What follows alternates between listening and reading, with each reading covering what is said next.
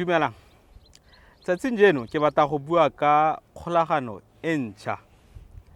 Mo kgolaganong e kgologolo Modimo o ne a sologetsa gore wa go dira kgolagano e ntšha.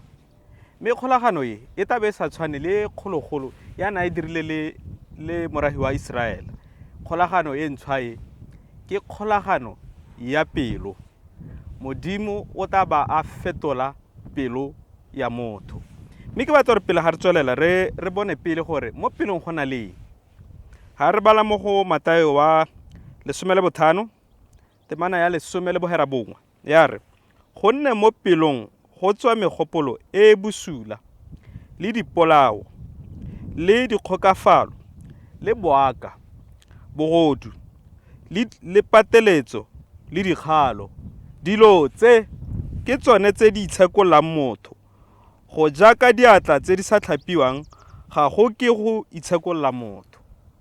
Modimo o na bata go phephahatsa pelo ya motho. Ke sone sa na bata go se itebaganya le sone. Ke sone se Jesu Kriste o na ata mo setshwanong sa motho mme ata a swela boleo ja motho mo sefapanong. Mme a dira kgolagano e ntšha e le gore yaanong ka tumelo Modimo ka kgona go phephahatsa pelo ya motho a fetola dilo tse tsotlhe tse ke ntse ke bua ka tsone. Re ka itse gongwe o ka tsoa sa sokologa le ba ba sokologileng tota ba itse pelo ya motho pele ga a tswala sešwa. Mme le ga re tsetse sešwa Modimo o tswelela a fetola pelo ye wa e fetolola gore re te ko boitshepong. A Modimo a go segogatse.